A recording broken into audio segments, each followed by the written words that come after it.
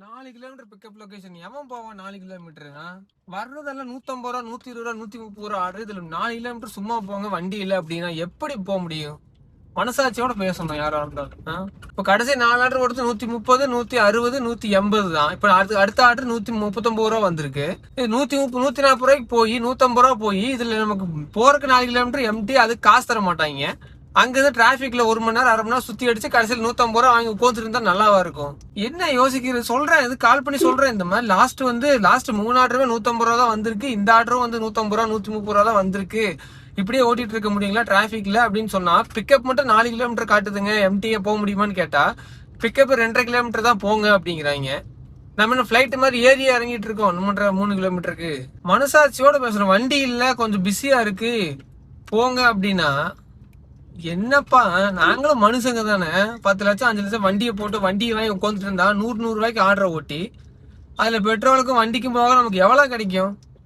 நான் போற 50 ரூபாய்க்கு வண்டி 2 மணி நேரம் உட்காந்து தள்ளிக்கிட்டு இருக்க முடியுமா? அதுக்குன்னு என்ன பொழப்பு மயிரும். கஸ்டமருக்கு கால் பண்ணி கேட்டாச்சு, வாங்கன்னு சொல்லிட்டாங்க. இப்ப பாரு ட்ரிப் கேன்சல் பண்ணி விட்டுருக்காங்க வர சொல்லி போட்டு. எப்படி இருக்கும் மனுஷனுக்கு? 2.5 கிலோமீட்டர் வந்தாச்சு. வந்ததுக்கு அப்புறம் இப்போ ட்ரிப் கேன்சல் போய் கஸ்டமர்னு வருது. இப்ப இந்த 2.5 கிலோமீட்டர் யாரு காசு தருவா? எல்லாம் கடுப்பு மாதிரி கிளப்பிக்கிட்டு இருக்காங்க. இங்கேயும் நாங்களும் மனுஷங்க தானே.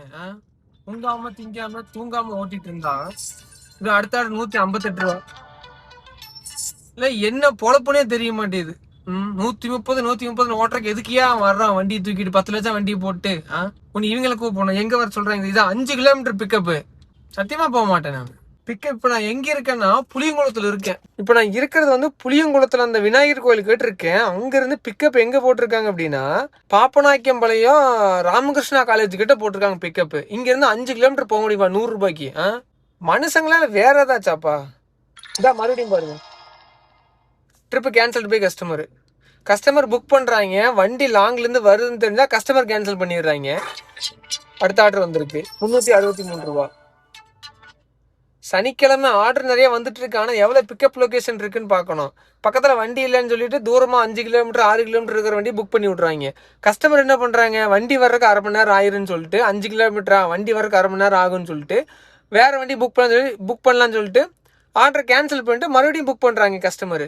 நாங்க இங்க 2 கிலோமீட்டர் நகர்த்திட்டே இருக்கணும். இப்பா நாங்களும் மனுஷங்க தான்ப்பா. கம்பெனிக்காரனும் அப்படிதான் இருக்கான், கஸ்டமரும் அப்படிதான் இருக்காங்க. இது பாருங்க 2.5 கிலோமீட்டர்ல பிக்கப் காட்டுது. இப்போ புளியங்குளத்துல இருந்து ரேஸ் கோர்ஸ் ஐடிசி ஹோட்டலில் போய் பிக்கப் பண்ணிட்டு நம்ம KMCH ஏர்போர்ட்டுக்கு கஸ்டமர் மட்டும் ஆர்டர் கேன்சல் பண்ணாங்கன்னு வச்சுக்கோங்க. இப்போ அவ்வளவுதான், மண்டை கோளாராய் ஏதாவது ஏடா உடமா பண்ணிட்டு எங்கேயாவது கிளம்பிட வேண்டியதான். டென்ஷன் ஆகுதுங்க. சனிக்கிழமை நைட்டு உட்காந்துட்டு நம்ம திங்காம தூங்காம ஓட்டிக்கிட்டு இருந்தா இவங்க விளையாடிட்டு இருக்காங்க நம்மளை வச்சு. எப்படி இருக்கும்? கடைசியா ஒரு ட்ரிப்பு அந்த காந்தி பார்க்ல இருந்து ப்ரூக்ஃபீல்ட்ஸ்க்கு வரணும். அதுக்கு மட்டும் எனக்கு 1.5 மணி நேரம் ஆச்சுன்னா பாத்துக்கோங்க. என்ன டிராபிக்! அது சனிக்கிழமை கரெக்டா 7 மணிக்கு அங்க போய் லாக் ஆனேன். அவ்வளவுதான், 1.5 மணி நேரம் அந்த 4 கிலோமீட்டர் பாஸ் பண்றதுக்கு மட்டும். எவ்வளவு அமௌண்ட் வந்ததுன்னு தெரியுமா?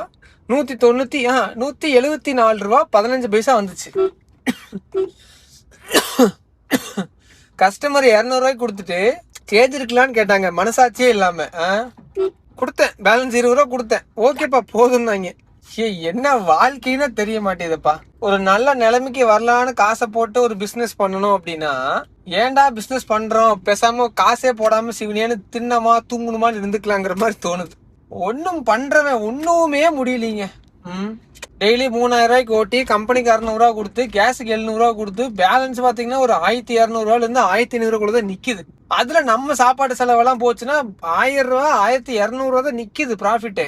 அதுக்கு பேசாம ஒரு 1000 ரூபாய்க்கு நான் எங்கேயாவது வேலைக்கு போய்க்குவேன். சிவனே நல்லா தின்னுட்டு நல்லா தூங்கிட்டு நிம்மதியா இருக்கலாம். இது சாப்பாடு சரியா இல்ல. நைட்டு கரெக்டா தூங்கும் போது ஒரு 12 மணிக்கு படுத்தோன்னு வச்சுக்கோங்க. கரெக்டா ஒரு 2:30 3 மணிக்கு ஒரு 150 ரூபா ஆர்டர் வரும். அந்த தூக்கத்துல எந்திரிச்சு அட்டன் பண்ணி கஸ்டமர் பிக்கப் பண்ணி டிராப் பண்ணி அவர் மறுபடியும் தூங்கினா தூக்கம் வராது. கரெக்டா 4 மணிக்கு தூக்கம் வரும். அப்ப பார்த்தா 4 மணிக்கு ரயில்வே ஸ்டேஷன் ஆர்டர் விழுகும் ஒரு 200 ரூபா 300 ரூபாய்க்கு. எப்படி இருக்கும் தெரியுங்களா? டைமிங் சாப்பிட முடியாது. நம்ம ஒன்னும் இல்ல, பாத்ரூம் போகணும், ஒண்ணுக்கு போகணும்னா கூட போக முடியாதுங்க. என்ன பொழப்புன்னு தெரியுங்களா? டிரைவர் பொழப்பெல்லாம் ஏன்டா பிறந்தோன்னு தோணும். இந்த டிரைவர் பொழப்பெல்லாம் ஒரு ஒண்ணுக்கு கூட போக முடியலன்னா அது என்ன வேலைன்னு வேணும்ல. என்னடா இவன் இப்படி பேசுறான்னு நினைக்காதீங்க. என்னால முடியல.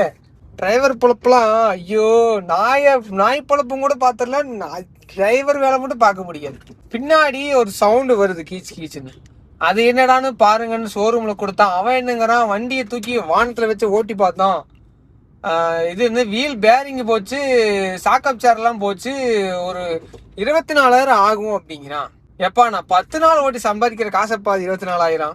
மாசம் ஃபுல்லா ஓட்டினாலுமே 24,000 தான் கிடைக்குது ப்ராஃபிட். இதுல எங்க போய் நான் வண்டிக்கு செலவு பண்ணா இந்த வண்டி காசை கட்டுறதா, நம்ம கடனை கட்டுறதா, என்ன பண்றதுனே தெரியல.